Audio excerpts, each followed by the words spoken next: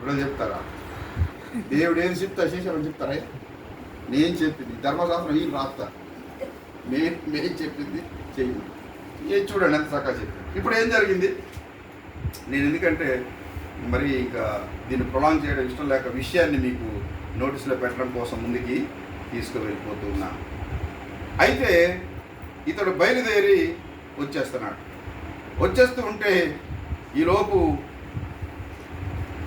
ఈ విషయమంతా కూడా మరి లాబానికి తెలిసింది. లాబాను తరుముకుంటూ ఈ యొక్క యాకోబు దగ్గరికి వచ్చాడు. ఎందుకంటే నాకు చెప్పకుండా నువ్వు వెళ్ళిపోతున్నావయ్యా, నువ్వు చెప్పకుండా నాకేమి కూడా సమాచారం ఇవ్వకుండా నువ్వు వెళ్ళిపోతున్నావు, అది కరెక్ట్ కాదు. 22వ వచనం చదువుదాం. 31వ అధ్యాయం. యాకోబు పారిపోయానని 3వ దినమున లాబానునకు తెలియబడెను. ఎప్పుడు తెలిసింది చెప్పండి? 3 రోజుల తర్వాత తెలిసింది యాకోబు పారిపోయాడని. జీవితం ఎంత దుర్భరంగా ఉందండి.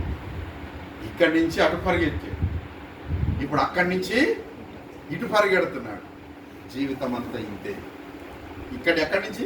తండ్రి ఇంటి దగ్గర నుంచి మేనమామ దగ్గరికి పరిగెత్తుకోలేడు. ఎందుకంటే అప్పుడు యాసావు శత్రువు అయిపోయాడు. ఇప్పుడు అక్కడ ఆ మామగారు శత్రువు అయిపోయాడు కనుక అక్కడి నుంచి ఇటు పరిగెత్తుకొని వస్తున్నాడు. అప్పుడు తెలిసింది.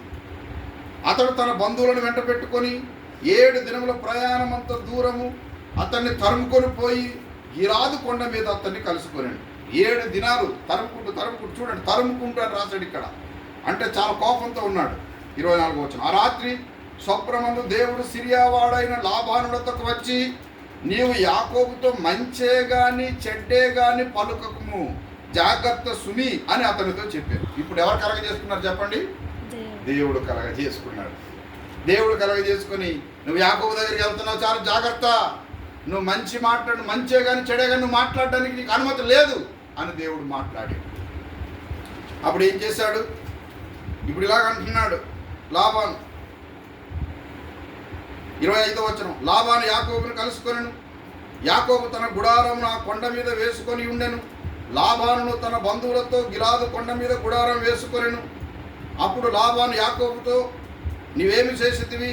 నన్ను మోసపుచ్చి కత్తితో చెరపట్టబడిన వారి వలె నా కుమార్తెలను కొనిపోనేలా నీవు నాకు చెప్పక రహస్యముగా పారిపోయి నన్ను మోసపుచ్చితివేలా? సంభ్రమతోనూ పాటలతోనూ మధ్యలతోనూ సితారాతోనూ నిన్ను సాగనంపుదునే. అయితే నీవు నా కుమారులను నా కుమార్తెలను నన్ను ముద్దు పెట్టుకొననీయక పిచ్చి పట్టి ఇట్లు చేసితివి. మీకు హాని చేయుట నాకు చేతనవును. అయితే పోయిన రాత్రి మీ తండ్రి యొక్క దేవుడు, నీవు యాకోబుతో మంచే గాని చెడ్డే గాని పలుకకుము, జాగ్రత్త సుమి అని నాతో చెప్పాను. నీ తండ్రి ఇంటి మీద బహు వాంచగల వాడవై వెళ్ళగోరిన ఎడల వెళ్ళుము, నా దేవతల నేల దొంగిలించితివనగా. ఇక్కడ అప్పటి నుంచి ఇప్పటికి దేవతల దొంగతనాలే కనపడుతున్నాయి. ఇప్పుడు కూడా ఇక్కడ కూడా విగ్రహం పడగొట్టేశాడంటారు, అక్కడ రథం కాల్ చేశారంటారు. దాని మీద ఆ ఊర్లో ఎవరు పాస్టర్ గారు ఉంటే పాస్టర్ గారి మీద కేసు, అక్కడ సంఘం మీద కేసు, ఇదే గొడవలు, ఈ లాభాలు. ఇది ఎప్పటి నుంచి ఈ విగ్రహాల దొంగతనాలు? ఇదిగో దొంగతనం నిజంగా జరిగిందంటే జరిగింది. రాహేలు దొంగతనం చేసింది. రాహేలు మారు మనసు పొందిన భర్తకు చేసుకున్నది కానీ ఇది మాత్రం మారు మనసు పొందలేదు. ఆ విగ్రహాల మీద ఎంతో ప్రేమ పెంచుకున్నది కనుక దొంగతనంగా విగ్రహాలు తెచ్చుకున్నది కనుక నీ తండ్రి మీద ఆసక్తి ఉంటే ఎల్లవయ్యా నువ్వు నా విగ్రహాలు ఎందుకు నువ్వు పట్టుకుపోతున్నావు అంటున్నాడు. ఇది తగు. అయితే నేను దీన్ని ప్రొలాంగ్ చేయకుండా ఒక మంచి అద్భుతమైన ఇక్కడ ఒక మాట చెప్పబడేది. ఏమంటున్నాడంటే యాకోబు 41వ వచనం పొందాం. ఇదే 31వ అధ్యాయం 41వ వచనం. ఇది వరకు నీ ఇంట్లో 20 ఏండ్లు ఉంటిని, నీ 2 కుమార్తెల నిమిత్తం 14 ఏండ్లును, నీ మందల నిమిత్తం 6 ఏండ్లు నీకు కొలువు చేసి తిని, అయినను నీవు నా జీతం 10 మార్లు మార్చితివి.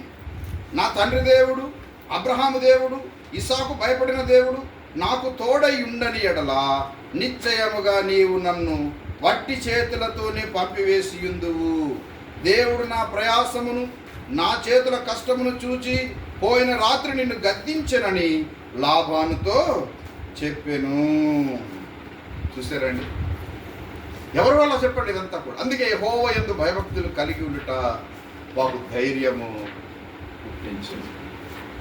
యాకోబు మాట్లాడుతున్నాడంటే, యాకోబు తిరుగు ప్రయాణం మొదలు పెట్టాడంటే కేవలం దేవుని ప్రత్యక్షతను బట్టే, దేవుని యొక్క దర్శనాన్ని బట్టే దేవుడు అతని తోడుగా ఉన్నాడనే విషయాన్ని యాకోబు చాలా స్పష్టంగా తెలుసుకున్నాడు. దేవుని యందు భయభక్తులు కలిగి ఉంటే దేవుడు ఎప్పుడు విడిచిపెట్టడం. కనుక దేవుని యందు భయభక్తులు కలిగి ఉండటం బహు ధైర్యాన్ని పుట్టిస్తుంది అని దేవుని యొక్క లేఖనం చాలా స్పష్టంగా తెలియజేస్తుంది. మనకు చాలా చక్కగా రిలవెంట్గా ఉండే అంశం మనకు తెలియాలంటే దానియేలు గ్రంథంలో షద్రకు మేషకు అబేద్నెగోల గురించి మనం జ్ఞాపకం చేసుకోవాలి. షద్రకు మేషకు అబేద్నెగోల మీద ఒక కఠినమైన తీర్మానం వచ్చినప్పుడు అగ్నిగుండంలో పడవేయబడటానికి అగ్నిగుండం చాలా ఎక్కువగా చేస్తూ ఉన్నప్పుడు కూడా వారు ఏమాత్రం కూడా భయపడలేదు. రాజుకు ఈ విషయంలో మాకేమి చింత లేదయ్యా, మా దేవుడు ఈ వేడిమి గల అగ్నిగుండంలో నుంచి మమ్మల్ని రక్షించడానికి సమర్థుడు, రక్షించకపోయినా పర్వాలేదు కానీ ఈ విగ్రహానికి మాత్రం నమస్కారం సాగిలా పడవు. ఇది దేవుని యందు భయభక్తులు కలిగి ఉంటే కలిగేటటువంటి. ఈరోజు ప్రపంచమంతటా కూడా ప్రతి సంవత్సరం 10 లక్షల మంది క్రైస్తవులు ఊసకోత కోయబడి చంపబడుతున్నారు, హతసాక్షులు అవుతున్నారు. ఒక్క 2025 సంవత్సరంలోనే నైజీరియా దేశంలో 5 లక్షల మంది క్రైస్తవుల్ని, ఒక్క నైజీరియాలో 5 లక్షల మంది క్రైస్తవుల్ని ముస్లిమ్స్ చంపేశారు. అయినా సరే అక్కడ ఉన్నవారు ప్రార్థించటం మానలేదు, సువార్త ప్రకటన ఆగలేదు, దేవుని పని ఎక్కడ ఆగలేదనే విషయాన్ని జ్ఞాపకం చేస్తున్నాను. ఈ విషయమై అమెరికాలో కూడా చర్చ జరిగింది, అమెరికా సినాడ్లో కూడా చర్చ జరిగింది. అమెరికా కూడా ట్రంప్ కూడా హెచ్చరిక చేశాడు, మీరు గనక మీ ప్రభుత్వం పద్ధతి మార్చుకోకపోతే, క్రైస్తవులకు భద్రత ఇవ్వకపోతే మేము కలగజేసుకోవాల్సి వస్తుందని చెప్పి ప్రపంచ దేశాలు కూడా నైజీరియాను హెచ్చరించడం అనేది జరిగింది. కనుక దేవుని యందు భయభక్తులు కలిగి ఉండటం అనేది బహు ధైర్యాన్ని పుట్టిస్తుందని దేవుని యొక్క లేఖనం. అట్టి వారి పిల్లలకు ఆశ్రయ స్థానం కలదు. ఎవరైతే దేవుని యందు భయభక్తులు కలిగి ఉంటారో వారి బిడ్డలకు ఆశ్రయ స్థానం కలుగుతుంది. దేవుడు వారి బిడ్డల్ని ఎంత మాత్రం కూడా విడిచిపెట్టడు, ఎంత మాత్రం కూడా త్రోసిపుచ్చడు. దేవుడు ఒక్కసారి ఒక మాట మాట్లాడాడంటే ఆ మాట ఆయన నెరవేర్చుకునేవాడుగా ఉన్నాడు. కనుక దేవుడు ఆశీర్వదిస్తే ఎవరు శపించగలుగుతారు? దేవుడు ఒక తలుపు వేస్తే దాన్ని తీయగలిగిన వాడెవరు? దేవుడు తలుపు తీస్తే దాన్ని వేయగలిగిన వాడెవడు? ఈ విషయాన్ని మనం అర్థం చేసుకోవలసిన వారంగా ఉన్నాం. దేవుని పిల్లలకు గొప్ప ఆశ్రయ స్థానము కలదు. యోసేపు అమ్మబడ్డాడు, మనం చాలాసార్లు చెప్పుకుంటాం. యోసేపు అన్నలే అమ్మేశారు యోసేపుని. ఒక్కడుగా అతడు ఐగుప్తు దేశంలోనికి వెళ్ళాడు. నెలవర్లు ఎవరూ లేరు, తెలిసిన వారు ఎవరూ లేరు. కానీ అబ్రహాము, ఇస్సాకు, యాకోబుల దేవుడు యోసేపునకు తోడై ఉన్నాడు. బైబిల్లో ఏమి రాయబడి ఉంటుందంటే చాలా గొప్పగా మనం ఒక్కసారి గనక